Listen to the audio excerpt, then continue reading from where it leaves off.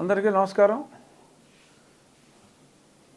ఇది ఎన్నికల ప్రచారం కానే కాదు, నా రెగ్యులర్ రచ్చబండలో భాగంగా రాష్ట్రంలో జరుగుతున్న విషయాలు మాట్లాడుకోవటం కోసమే ఈ ప్రెస్ మీట్, అంటే రెగ్యులర్ రచ్చబండ.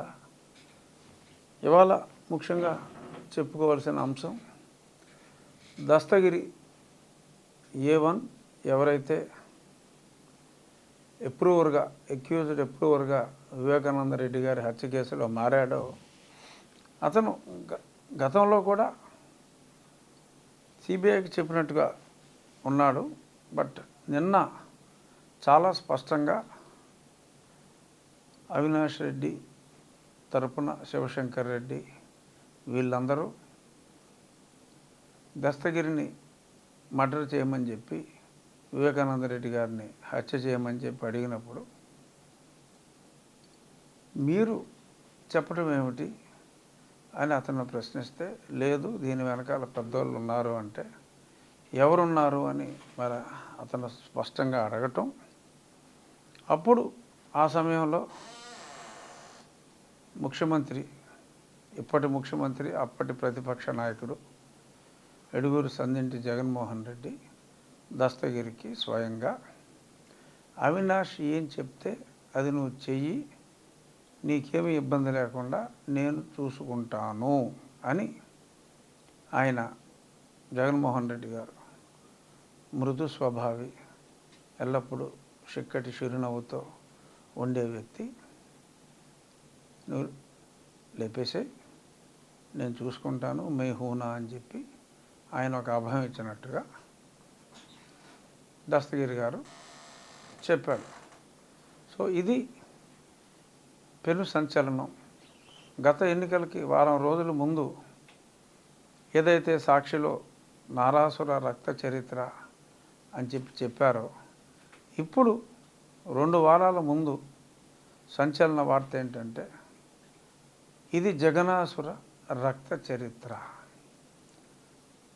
తన చిన్నాన్నని స్వయంగా అవినాష్ రెడ్డి చెప్పినట్టు చెయ్యి అని చెప్పి దస్తగిరి గారు స్వయంగా ప్రకటించడం జరిగింది. సో నేను మాట్లాడేది ఆ ప్రకటనల మీదే. ఎవరైతే తన తప్పు తను తెలుసుకొని ఎప్రూవర్గా మారాడో ఆ వ్యక్తే ఈరోజు ఈ హత్యకు వెనుక ఉన్నది జగన్మోహన్ రెడ్డి గారు అని చెప్పి మరి మాట్లాడటం జరిగింది. గతంలో అనుమానాలు ఉన్నాయి. అర్ధరాత్రి తెల్లవారుజామున ఫోన్ కాల్స్ వెళ్ళాయి, ఆ ఫోన్లు ఎక్కడికి వెళ్ళినాయి అని ఇవన్నిటి మీద ఉంది.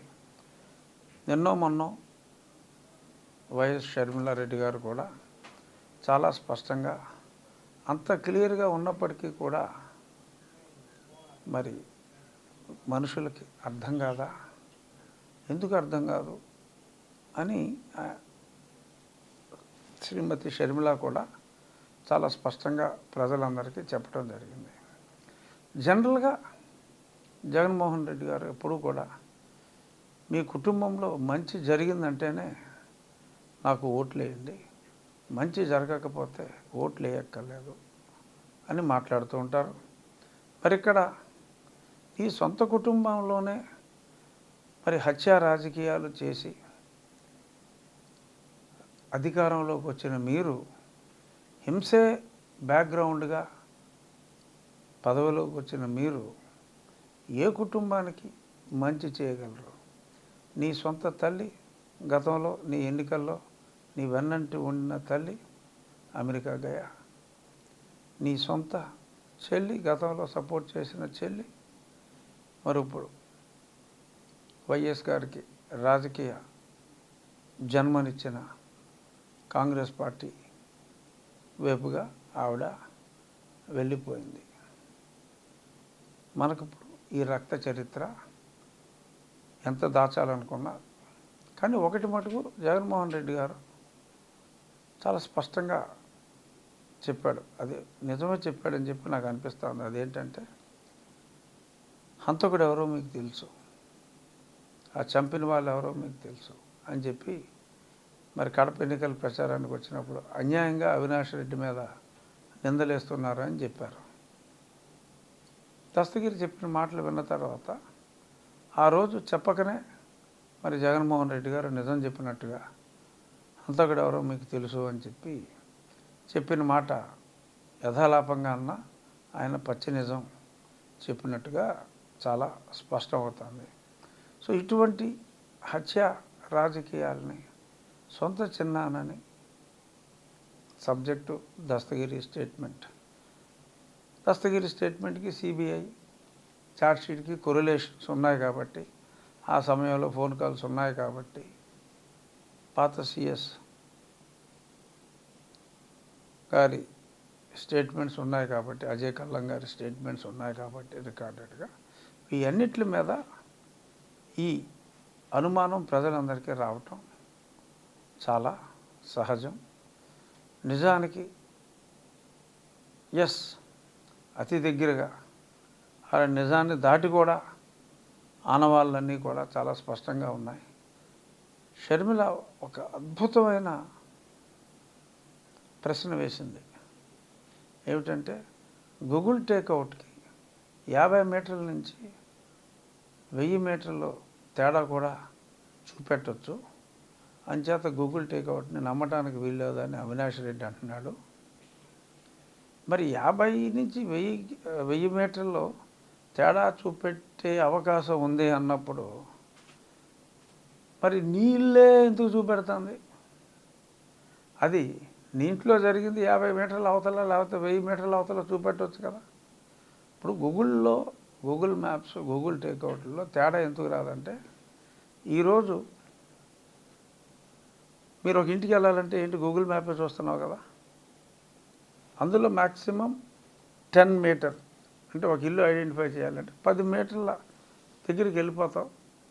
అంటే 10 మీటర్లు అంటే 30 అడుగులు.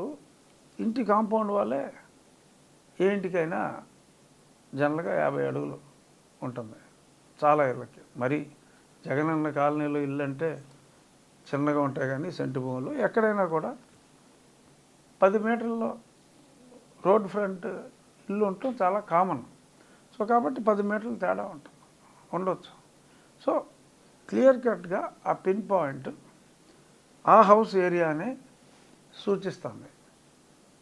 సో ఆ హౌస్ కాంపౌండ్ ఈజీగా వాళ్ళని పెద్ద పెద్ద ఇల్లు కాబట్టి పులివెందుల్లో అదే ఏరియాని చూపెడుతుంది. ఆ స్పాట్లో ఆ 10-20 మీటర్ల ఆ గ్యాప్లో ఉన్నది అదే ఇల్లు. సో కాబట్టి దాని మీదే సిబిఐ వాళ్ళ ఛార్జ్షీట్లో ఫైల్ చేయడం జరిగింది. షర్మిల గారు చాలా చక్కటి ఆ ప్రశ్న వేసింది. సో దీన్ని బట్టి అన్ని వేళ్ళు వివేకానంద రెడ్డి గారి హత్య వెనుక ఉన్నది ఆర్జంటే అని క్లియర్గా సూచిస్తుంది. మరి ఇటువంటి హత్య రాజకీయాలు చేసే నాయకులు, సొంత వాళ్ళనే కడతీర్చే నాయకులు మనకు మంచి చేస్తారు అంటే మనం నమ్మి మనం ఓట్లేయగలమా అనేది ఆలోచించాలి. ఇంకా ఈ మధ్యన రెగ్యులర్గా ఎక్కడికి వెళ్ళినా కూడా జగన్మోహన్ రెడ్డి గారు ఒకటే కామన్ మాట, ఒక్కొక్కరిని పరిచయం చేయటం. షానా మంచివాడు, సౌమ్యుడు అని 2 పదాలు మొదలుపెట్టారు. అసలు వైఎస్ఆర్ కాంగ్రెస్లో అంతా మంచివాళ్ళేనట, అందరూ సౌమ్యులేనట. ఇప్పుడు నేను ఒక్కనే దేశద్రోహిని, రాజద్రోహిని, దేశద్రోహిని, నేను ఒక్కనే. అందరూ మంచివాళ్ళే. జోగి రమేష్ మంచివాడే, ఇంకెంతో నేను పేర్లు చెప్పుకుంటాం. అందరూ అయితే సౌమ్యుడు, లేకపోతే చాలా మంచివాడు. కొందరు మనకు తండ్రి సమానులట, కానీ అన్న అని పిలుస్తారంట, తండ్రి సమానులట. సరే ఏదో అతడి భాష అతందే, మరి అతను మైండ్ అతందే. కానీ నా ప్రశ్న ఏంటంటే, మరి ఎంతమంది మంచి వాళ్ళు ఉంటే, ఎంతమంది సౌమ్యులు ఉంటే మరి నన్నెందుకురా అంత దారుణంగా హింసించావు జగన్మోహన్ రెడ్డి అని అడగాలనిపిస్తుంది. నా పుట్టినరోజు నాడు నన్ను తీసుకెళ్ళి నన్ను చంపాలన్న ప్రయత్నం కూడా చేసావు కదా, మీ బాబాయిని లేపేయమన్నట్టు ఫినిషింగ్ ఆఫ్ అని అన్నావు కదా. మరి నీ చుట్టూ ఉన్నవాళ్ళు మంచోళ్ళు. అసలు అప్పుడు జగన్మోహన్ రెడ్డిని నేనేమని చెప్పాలి? సౌమ్యుడు, మంచివాడు అని చెప్పాలా? మీ గురించి మీరు ఏమనుకుంటున్నారో చెప్పండి జగన్మోహన్ రెడ్డి గారు. ఇది నా ప్రశ్న. సత్యబాబు గారు సౌమ్యులు, ఇంకా అందరూ కూడా సౌమ్యులే. అసలు మీరేంటి ఇంత సౌమ్యులైన మీరు, ఇంత సౌమ్యులుగా నాయకత్వం వహిస్తున్న సూపర్ సౌమ్యుడైన మీరు మరి నన్నెందుకు చంపమన్నావు? నన్నెందుకు కాలు బదలయ్యేలా కొట్టించావు? కొట్టి చూసి ఆనందించిన తర్వాత నన్నెందుకు చంపమన్నావు? వెంకటేశ్వర స్వామి దయతో నేను బ్రతికి బయటపడ్డా.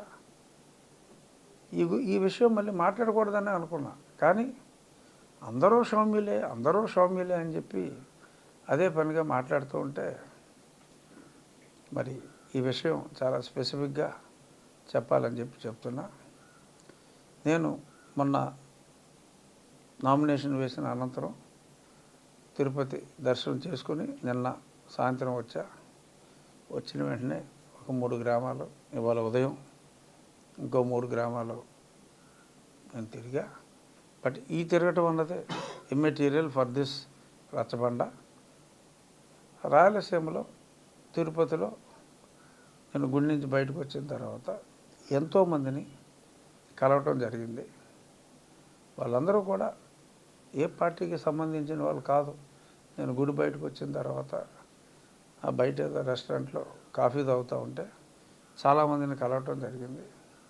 ఎక్కడెక్కడి నుంచో సీమ ప్రాంతం వాళ్ళు ఉన్నారు, చాలామంది ఉన్నారు. కానీ ఎన్నాళ్ళు నేను కోస్టల్ ఆంధ్ర అంతా స్వీప్ అని అనుకున్నా, రాయలసీమ కొంచెం టైట్ అనే భావన వచ్చింది. కానీ చాలామంది భక్తులతో ఇంటర్ఫియర్ అయినప్పుడు మెజారిటీ అభిప్రాయం రాయలసీమలో కూడా డే బై డే ఈ హత్య ఎవరు చేశారు అనేది స్పష్టంగా తెలిసిపోయి ఇటువంటి నాయకుల్ని పక్కన పెట్టాలని చెప్పి సీమవాసులు కులాలకు అతీతంగా కూడా ఆలోచించి ఇటువంటి హత్య రాజకీయాన్ని ప్రోత్సహించే వాళ్ళకి ఇంకా ఇప్పటికీ కూడా మన సీమలో స్థానం మనం ఇస్తే మన రాయలసీమ పరువు పోయే ప్రమాదం ఉంది.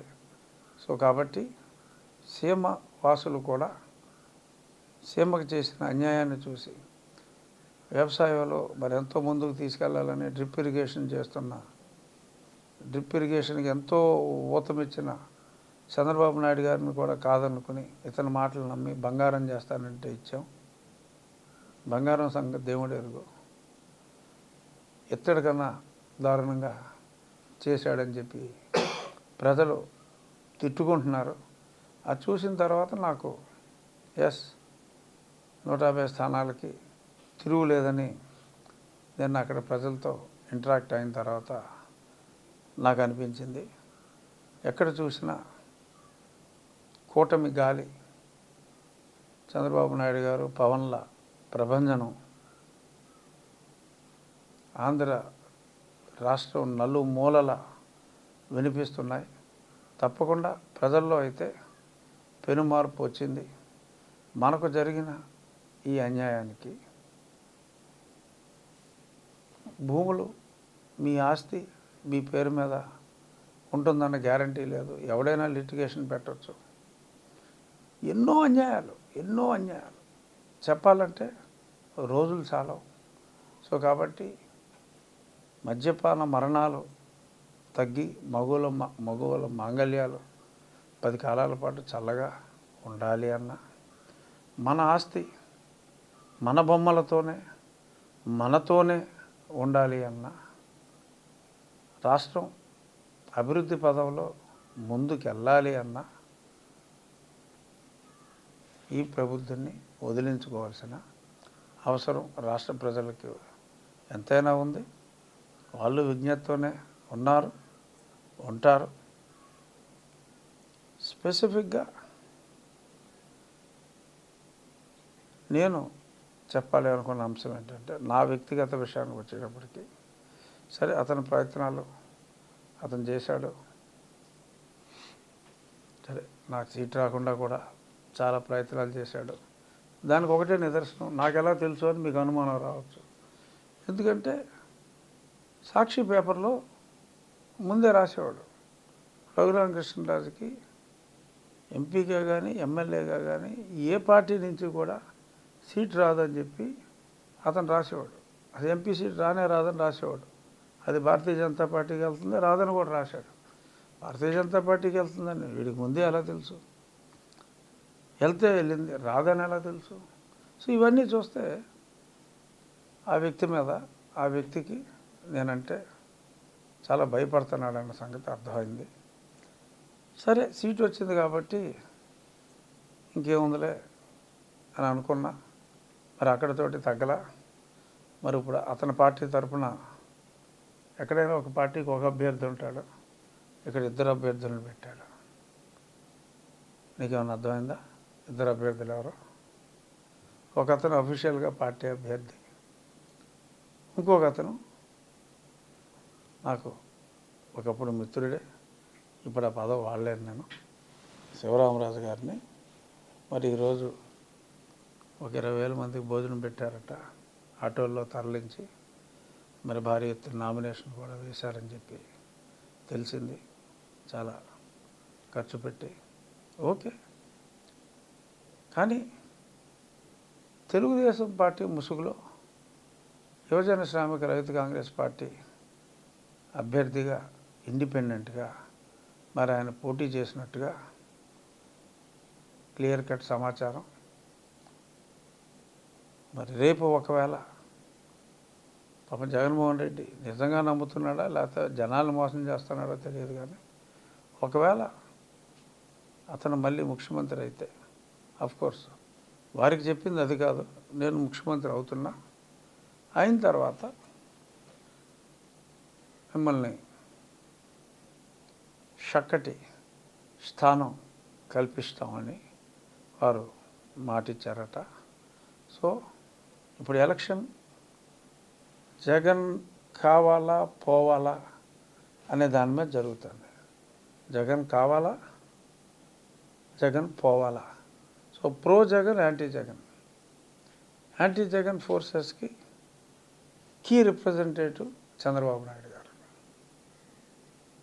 ప్రో జగన్కి okay Jaganmohan Reddy representative. So జగనే కావాలి అనుకున్న వాళ్ళు మామూలుగా అన్ని నియోజకవర్గాల్లో అయితే ఫ్యాన్ కోటేయాలి. జగన్ పోవాలి అనుకున్న వాళ్ళు ఎక్కువ స్థానాల్లో తెలుగుదేశం పోటీ చేస్తుంది, కొంచెం తక్కువ స్థానాల్లో జనసేన, ఇంకొంచెం తక్కువ స్థానాల్లో భాజపా చేస్తున్నారు. సో కూటమి నాయకుడిగా చంద్రబాబు నాయుడు గారు అని మనం అనుకుంటే, చంద్రబాబు నాయుడు గారి కూటమికి జగన్మోహన్ రెడ్డి ఈడు వద్దురా బాబు మనకు అనుకున్న వాళ్ళు ఇటే ఓటేయాలి. సో దయచేసి ఇలాగా మరి ఇంకెక్కడైనా కూడా ఉన్నారేమో తెలుగుదేశం ముసుగులో జగన్మోహన్ రెడ్డి దగ్గర మాట తీసుకొని ఆ ప్రభుత్వం వస్తే అక్కడ మంచి పదవుల కోసం, అటువంటి నియోజకవర్గాల్లో ఉన్నవారికి నా విజ్ఞప్తి, నాట్ స్పెసిఫిక్ టు ఉండి, మా ఊర్లో నా నియోజకవర్గంలో అయితే జగన్ కావాలనుకున్న వాళ్ళకి 2 ఆప్షన్లు ఉన్నాయి. ఒకటి నరసింహరాజు గారికి ఫ్యాన్ గుర్తుకేయటం, ఇంకొకటి శివరామరాజు గారికి ఆయన గుర్తు ఏంటో ఇంకా తెలీదు, ఫ్యాన్ అయితే ఇవ్వలేరు కాబట్టి 2 రెక్కల ఫ్యాన్ ఏమైనా ఇస్తారేమో, ఏమైనా ఉందేమో నాకు తెలీదు. వారం రోజుల్లో వారి గుర్తు ఏంటో తెలుస్తుంది. గుర్తు అయితే తెలిసింది, గుర్తు ఇంకా తెలియలేదు. సో జగన్ అభిమానులకి శుభవార్త ఏంటంటే, మా నియోజకవర్గంలో 2 ఉన్నారు క్యాండిడేట్లు. తెలుగుదేశం ముసుగులో రావాలి అని ప్రయత్నిస్తున్న ఆ వ్యక్తికి డెఫినెట్గా ఉండి అంటేనే మరి తెలుగుదేశం కార్యకర్తలు వాళ్ళు పార్టీకి లాయల్గా ఉంటారు. తెలుగుదేశం ముసుగులో యువజన శ్రామిక రైతు కాంగ్రెస్ పార్టీతో కలిసి తెలుగుదేశం రెబల్ని అని చెప్పుకు తిరిగితే డెఫినెట్గా నిజమైన తెలుగుదేశం కార్యకర్తలు ఎవరో అటువంటి విషయాలు నమ్మరు. డెఫినెట్గా ఇవాళ ఒక 20,000 మందికి ఇచ్చిన చక్కటి విందు తప్పకుండా ఆరగిస్తారు. భోజనానికి రమ్మంటే ఎవరి మటుకు కాదంటారు. మరి వాళ్ళల్లో చాలామంది వైసీపీ వాళ్ళే ఉన్నట్టుగా తెలిసింది. సో వైసీపీ వాళ్ళు భోంచేసిన వాళ్ళు వైసీపీకి కానీ శివరామరాజు గారికి కానీ వేసుకోండి, తప్పులేదు. మరి తెలుగుదేశం వాళ్ళు ఎవరైనా ఈయన రమ్మంటే తెలుగుదేశం వాళ్ళే పిలిచారని అనుకుంటే మంచిది. మన గుర్తు సైకిల్ కాబట్టి మీ గుర్తు ఏదైతే మీ ఒరిజినల్ గుర్తు, మీ ఒరిజినల్ అభ్యర్థి ఎవరైతే అంటే ఊళ్ళో అయితే నేను అంటే వేరే ఊర్లో ఇలాంటి శివరామరాజులు ఉండొచ్చు. టీడీపీ ముసుగులో వైసీపీ తరఫున పోటీ చేస్తూ మరి అటువంటి జాగ్రత్తలు మీ నియోజకవర్గాల్లో కూడా తీసుకోండి. మా వరకు అయితే వైసీపీ నాయకులకి వైసీపీ అభిమానులకి బంపర్ ఛాన్స్, ఇద్దరు కోటేసుకునే అవకాశం ఉంది. యాంటీ జగన్ అయితే ఉండి నియోజకవర్గం వరకు ఒకే ఒక్కడు ఉన్నాడు, నేను. ఎందుకంటే ఇంకెవరూ కూడా ఇక్కడ పోటీలో లేరు. వైసీపీ తరపున ఇద్దరు. అఫ్కోర్స్ కాంగ్రెస్ పార్టీ ఉంది, బట్ అది ప్రస్తుతానికి, భవిష్యత్తులో ఎలా ఉంటుందో కానీ ప్రస్తుతానికి ఇన్సిగ్నిఫికెంట్ కాబట్టి పోటీ వైఎస్ఆర్సీపీకి సంబంధించిన ఇద్దరు అభ్యర్థులు. సో వైఎస్ఆర్సీపీ ఓట్లు బహుశా వాళ్ళిద్దరికి సమానంగా పడతాయేమో నాకు తెలియదు. తెలుగుదేశం ఓట్లు మటుకు తెలుగుదేశం పార్టీకే, జనసేన ఓట్లు తెలుగుదేశం పార్టీకే, భారతీయ జనతా పార్టీ ఓట్లు తెలుగుదేశం పార్టీకే, ఏ పార్టీకి సంబంధించని యాంటీ జగన్ ఓట్లు కూడా తెలుగుదేశం పార్టీకే వస్తాయి అన్నది నా నమ్మకం. నా నమ్మకం నిజమవుతుందన్న విశ్వాసం నాకు పరిపూర్ణంగా ఉంది. ఏమన్నా ప్రశ్నిస్తావా? రామరాజు శివరామరాజు ఇద్దరితో కూడా నేను మాట్లాడతాను, కలిసి ముందుకు వెళ్తామని చెప్పారు. అవునండి. ఎందుకు గ్యాప్ వచ్చింది? రామరాజు గారు నేను సొంత అన్నదమ్ముల కన్నా ఎక్కువగా గత 3 రోజులుగా కలిసే తిరుగుతున్నాం. ఆయనే నన్ను ముందు ఉండి నడిపిస్తున్నాడు. ఇవాళ ఉదయం కూడా 8:30కే మా ప్రచారం ప్రారంభించి 3-4 వెహికల్స్లోనే ఎక్కువ కాలిబాటలోనే నడిచి, ఎందుకంటే మాకు తెలియకుండా ఎవరైనా మోటార్ సైకిల్ వేసుకొచ్చినా కూడా సంబంధం లేకపోయినా కూడా మిగిలిన ఒక్కరితో చూస్తే అన్యాయంగా కూడా కొంచెం ఎక్కువ రాస్తున్నారు. So we're taking all precautions. ఎవరు సింపుల్గా రామరాజు గారు నేనే కాలినడకల వెహికల్ ఉంటుంది, బట్ కాలినడకనే చాలా వరకు కలిసి తిరుగుతున్నాం, కలిసి పనిచేస్తున్నాం. బట్ మీరన్న రెండవ పేరు మరి పార్టీ ఫిజికల్గా మారకపోయినా కెమికల్గా నా పాత పార్టీతో బాండింగ్ అయిపోయింది కాబట్టి, ఎందుకంటే నాకు తెలుస్తుంది కదా, ఎంతైనా పాత పార్టీ కదా, ఇన్ఫర్మేషన్ ఉంటుంది కదా. సో కెమికల్గా అక్కడ బాండ్ అయిన తర్వాత అది ఫెవికాల్ కన్నా తీవ్రమైన బంధంగా ఉన్న తర్వాత రిక్వెస్ట్ చేశాను. నేను కూడా రిక్వెస్ట్ చేశాను, మీరు తెలుగుదేశంలో ఉన్నారు, ప్రభుత్వం 100% తెలుగుదేశం వస్తుంది, ఆ పార్టీ చరిత్రలోనే ఇంకా మిగలదు, దయచేసి నా అభ్యర్థిని మన్నించండి అని చెప్పి నేను రిక్వెస్ట్ చేశాను. పార్టీ పెద్దలందరూ కూడా అడగటం జరిగింది. మరి ఈరోజు మరి ఇంత భారీగా మరి భోంచేసిన వాళ్ళందరూ ఓట్లు వేస్తారని ఆయన అనుకుంటున్నారేమో తెలియదు. భోజనాలు వేరు, ఓట్లు వేరు. సో మరి ఇంత భారీగా మరి ఆయన నామినేషన్ వేసిన తర్వాత ఇంకా డెఫినెట్గా పార్టీకి ఆయనకి తెగతింపులు అయినట్టే అంటే క్రమశిక్షణ భావించాలి. చర్యలు తీసుకుంటారా శివరామరాజు? అది నేను క్రమశిక్షణ సంఘం చైర్మన్ కాదు, నాకు తెలియదు. బట్ నాకు తెలిసిన నిజాన్ని ప్రజలకు చెప్పాలి కాబట్టి ఆయన మానసికంగా వైఎస్ఆర్ కాంగ్రెస్ పార్టీతో ఉన్నారు. బట్ డెఫినెట్గా ఒకసారి నామినేషన్ ఇంత భారీగా వేసిన తర్వాత మరి బహుశా మరి ఆ పార్టీ క్రమశిక్షణ సంఘం ఏమన్నా చర్యలు తీసుకుంటే తీసుకోవచ్చు. బట్ శివరామరాజు గారు మరి 2 సార్లు ఎమ్మెల్యేగా తెలుగుదేశం పార్టీ నుంచే ఎన్నికయ్యారు. శివరామరాజు అంటే ఆయన గుర్తు సైకిల్ అని అందరికీ తెలుసు. 2014లో తిరిగి ఆయన ఎంపిక కావటానికి ఒక వ్యక్తి అతి ముఖ్య పాత్ర పోషించాడు. ఆ వ్యక్తి వల్లనే అతనికి ఆ సీటు వచ్చిందని అతనే ఎంతోమందికి ఎన్నోసార్లు చెప్పాడు. ఆ వ్యక్తి ఎవరో మీకు పేరు తెలుసుకోవాలందా? నేనే. ఆ వ్యక్తి నేనే. సరే, విధి బలీయం, మనం ఏం చేయలేము దానికి. నా ప్రయత్నం అయితే నేను చేశాను. సార్ పార్టీని వదిలిపెట్టొద్దు, మీరు పార్టీలో సీనియర్, రేపైనా మీకే అత్యున్నత స్థానం ఉంటుంది అని చెప్పి నేను చాలా గట్టిగా నేను రిక్వెస్ట్ చేశా, అభ్యర్థించా. అయినప్పటికీ కూడా మరి ఆయన దృష్టిలో యువజన శ్రామిక రైతు కాంగ్రెస్ పార్టీ మళ్ళీ అధికారంలోకి వస్తుంది, వాళ్ళు ఆయనకి పదవి ఇస్తారు అని చెప్పి భావించినందువల్ల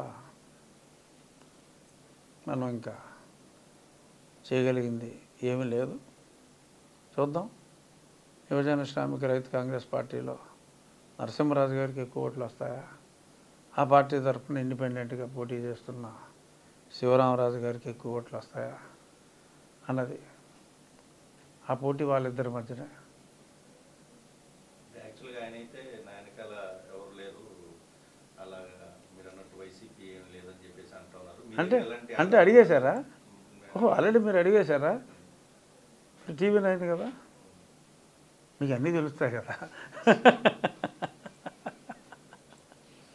సో డెఫినెట్గా వారికి చక్కటి సంబంధాలు, చిక్కటి సంబంధాలు, చిక్కని సంబంధాలు. అంటే చిక్కని అంటే 2 అర్థాలు వస్తాయి. ఒకటి చిక్కరు, ఇంకోటి బాగా చిక్కని పాలు అంటారు కదా, అలాగనమాట చిక్కరు. సో ఆయన చాలా స్పష్టంగా మరి వారి మోజులో ఉన్నారు, వారు వీరు మోజులో ఉన్నారు. మధ్యలో ఒక స్టేజ్లో టికెట్ ఇవ్వాలని కూడా ఇక్కడ పెద్ద హడావుడి అయింది కదా, అప్పుడు సిట్టింగ్ అభ్యర్థి కల్లెర చేయటం. సో కల్లెర చేసినప్పుడు అది జరగకపోవటం జరిగింది. సో ఇది అందరికీ తెలిసిన నిజం. చిన్నాన్న హత్యలాగా బుకాయించవచ్చు నా వెనక ఎవరో లేరని. ఉన్న మటుకు ఎవరు చెప్పుకుంటారు? ఎందుకు చెప్పుకుంటారు? చెప్పుకోరు. సో ఇది ఓకే, బహుశా ఆయనే పార్టీకి రిజైన్ చేసేసి ఏమో రేపు ఎన్నికలు అయిన తర్వాత మరి జాయిన్ అవుతారేమో, అది వారిష్టం. బ్రతిమాలటం నేను ప్రాధాయపడ్డా, ఉండండి సార్ పార్టీలో, పార్టీ మీకు న్యాయం చేస్తుంది అని ప్రాధాయపడటం జరిగింది. మరి వారు కన్సిడర్ చేయలేదు.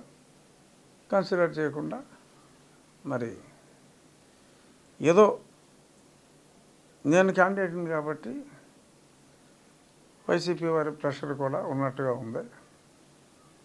సో కొన్ని ఓట్లు తగ్గుతాయని అనుకుంటున్నారు.